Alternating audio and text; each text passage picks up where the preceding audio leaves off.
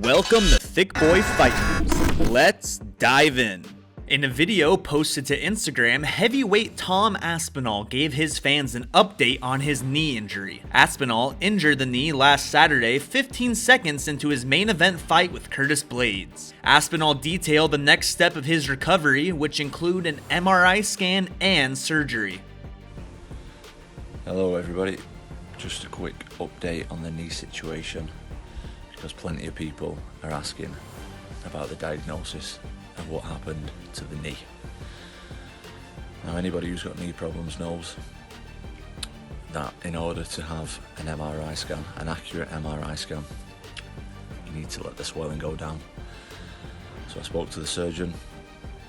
We have a rough idea of what it is, but we are currently waiting for the swelling to go down, and I will be having the MRI scan this weekend and having surgery early next week in London. So I just want to say a massive thank you to everyone who's reached out. Obviously, I've been offline, been down in the dumps since Saturday night, but hopefully we'll get it fixed, get the surgery early next week. Thank you. Francis Ngannou's coach Eric Thiccc gave an update on Ngannou's recovery while appearing on MMA Junkie. According to Thicc's comments, it may not be much longer until fans see the heavyweight champ fighting again. I think he's either ahead of schedule or on track, one or the other, and from what I've gathered, he's making great strides. He's back in the gym, moving around, hitting pads and stuff. Thiccc continued by sharing the most difficult thing about coaching Ngannou through the injury. The biggest thing for me as a coach, what I missed out on is time of growing, areas that we can improve on. That's where I get like, oh man, we're not doing enough X, Y, Z, and I'm okay with that. We don't have a fight lined up or anything right now. His main focus is getting his knee rehab to the point where he can get back in the lab and start doing these things again. Hopefully, and it sounds like for what he's saying, that if something were to happen, it would be the end of the year or early 2023. On Wednesday, the ABC, Association of Boxing and Combative Sports, passed two changes to the unified rules of MMA. The two changes were voted on at the 2022 ABC conference and passed unanimously. The first rule change increased the recovery time for fighters dealing with an eye poke. Fighters will now be granted 5 minutes to recover after an eye poke, the same amount of time allotted for groin strikes. If the fighter is not ready after 5 minutes expire, the fight will be called off.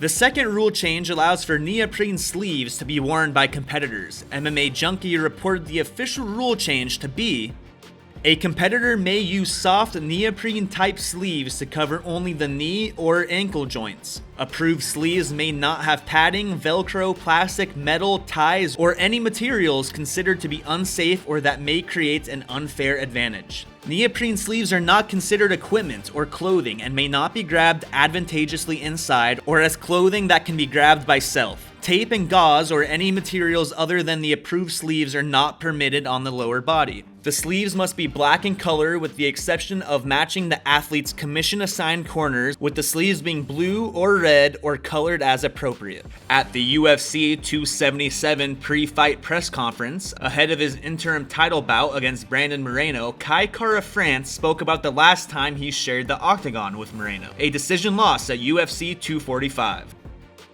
You know, the Kai that fought Brandon back in 2019 isn't the same Kai that's standing in front of you today. I've got so much more experience now, being a father, being a husband. I've got more purpose, and I'm just on another level. So, you know, congrats for Brandon for what he's done since we'd fought, you know, going on to win the title. But it's my time, so, you know. You know, Dallas, Texas, I love being out here. You know, I'm a long way from home, but I'll show you why I'm the best in the world. When asked whether he expects a different version of the Moreno he previously fought, Kai Kara-France responded, you know, Brandon's most dangerous weapon is his mindset. You know, this guy's a dog, and I expect it to be a dog fight, so come Saturday, we'll find out.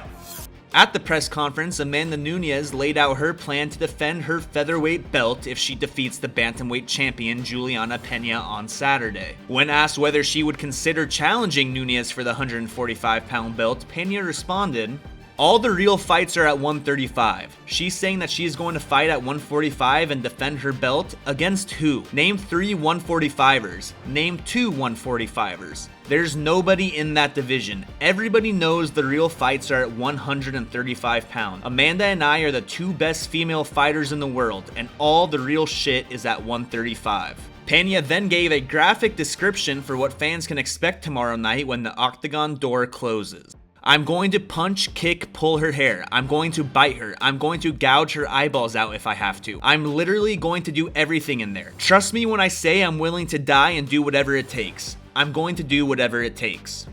The UFC 277 weigh-ins were held Friday with all fighters on the main card making weight. Women's bantamweight champion Julianna Peña made a stir when she waited until the last 90 seconds of the weigh-in window to step on the scale. Video courtesy of MMA Junkie. The UFC bantamweight champion, the Venezuelan vixen Julianna Peña.